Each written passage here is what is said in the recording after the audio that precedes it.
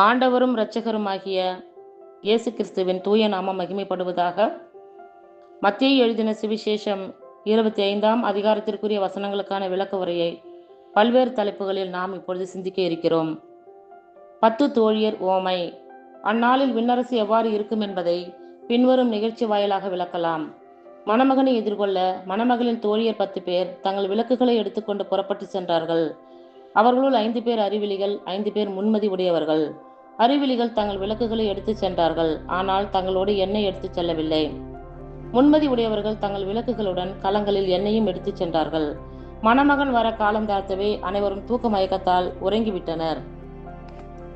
நள்ளிரவில், இதோ மணமகன் வருகிறார், அவரை எதிர்கொள்ள வாருங்கள் என்ற உரத்த குரல் ஒலித்தது. மணமகளின் தோழில் எல்லாரும் எழுந்து தங்கள் விளக்குகளை ஒழுங்குபடுத்தினார்கள். அப்போது அறிவிலிகள் முன்மதி உடையவர்களை பார்த்து, எங்கள் விளக்குகள் அணைந்து கொண்டிருக்கின்றன, உங்கள் எண்ணெயில் எங்களுக்கு சிறிது கொடுங்கள் என்றார்கள். முன்மதி உடையவர்கள் மறுமொழியாக, உங்களுக்கும் எங்களுக்கும் எண்ணெய் போதுமான அளவு இராமல் போகலாம், எனவே வணிகரிடம் போய் நீங்களே வாங்கிக் கொள்வதுதான் நல்லது என்றார்கள். அவர்களும் வாங்க புறப்பட்டு சென்றார்கள். அப்பொழுது மணமகன் வந்துவிட்டார். ஆயத்தமாயிருந்தவர்கள் அவரோடு திருமண மண்டபத்துக்குள் நுழைந்தார்கள். கதவும் அடைக்கப்பட்டது. பிறகு மற்ற தோழிகளும் வந்து, ஐயா ஐயா, எங்களுக்கு கதவை திறந்துவிடும் என்றார்கள். அவர் மறுமொழியாக, உறுதியாக உங்களுக்கு சொல்கிறேன், எனக்கு உங்களை தெரியாது என்றார். எனவே விழிப்பாயிருங்கள், ஏனெனில் அவர் வரும் நாளோ வேலையோ உங்களுக்கு தெரியாது. தாளந்து ஓமை. விண்ணரசை பின்வரும் நிகழ்ச்சி வாயிலாக விளக்கலாம். பயணம் செல்லவிருந்த ஒருவர் தம் பணியாளர்களை அழைத்து அவர்களிடம் தம் உடைமைகளை ஒப்படைத்தார். அவரவர் திறமைக்கு ஏற்ப ஒருவருக்கு 5 தாளந்தும், வேறொருவருக்கு 2 தாளந்தும், இன்னொருவருக்கு 1 தாளந்தும் கொடுத்துவிட்டு நெடும் பயணம் மேற்கொண்டார். 5 தாளந்தை பெற்றவர் உடனே போய் அவற்றை கொண்டு வாணிகம் செய்து மேலும் 5 தாளந்து ஈட்டினார்.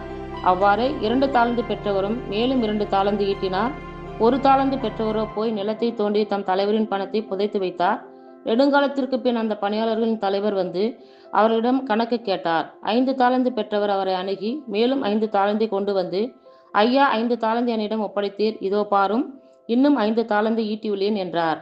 அதற்கு அவருடைய தலைவர் அவரிடம், நன்று, நம்பிக்கைக்குரிய நல்ல பணியாளரே, சிறிய பொறுப்புகளில் நம்பிக்கைக்கு உரியவராய் இருந்தீர், எனவே பெரிய பொறுப்புகளில் உம்மை அமர்த்துவேன், தலைவனது மகிழ்ச்சியில் நீரும் வந்து பங்கு கொள்ளும் என்றார். 2 தாளந்து பெற்றவரும் அவரை அணுகி, ஐயா, நீர் என்னிடம் 2 தாளந்து ஒப்படைத்தீர், இதோ மேலும் 2 தாளந்து ஈட்டியுள்ளேன் என்றார். அவருடைய தலைவர் அவரிடம், நன்று, நம்பிக்கைக்குரிய நல்ல பணியாளரே, சிறிய பொறுப்புகளில் நம்பிக்கைக்கு உரியவராய் இருந்தீர், எனவே பெரிய பொறுப்புகளில் உம்மை அமர்த்துவேன், தலைவனது மகிழ்ச்சியில் நீரும் வந்து பங்கு கொள்ளும் என்றார். 1 தாளந்து பெற்றுக்கொண்டவரும் அவரை அணுகி, ஐயா, நீர் கடின உள்ளத்தினர், விதைக்காத இடத்தில் அறுவடை செய்பவர், தூவாத இடத்தில் சேகரிப்பவர் என்பதை அறிவேன். உமக்கு அஞ்சியதால் நான் போய் உம்முடைய தாளந்தை நிலத்தில் புதைத்து வைத்தேன், இதோ உம்முடையது என்றார்.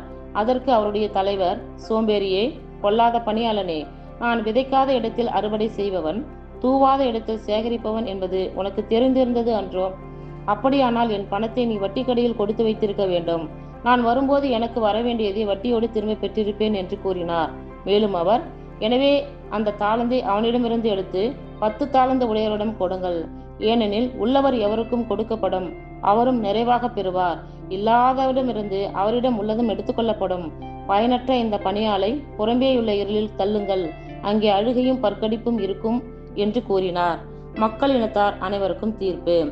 வானதூதர் அனைவரும் புடைசூழ மானிட மகன் மாட்சியுடன் வரும்போது தம் மாட்சிமிகு அரியணையில் வீற்றிருப்பார். எல்லா மக்கள் இனத்தாரும் அவர் முன்னிலையில் ஒன்று கூட்டப்படுவர். ஆயர் செம்மறி ஆடுகளையும் வெள்ளாடுகளையும் வெவ்வேறாக பிரிப்பது போல் அவர் அவர்களை பிரிப்பார்.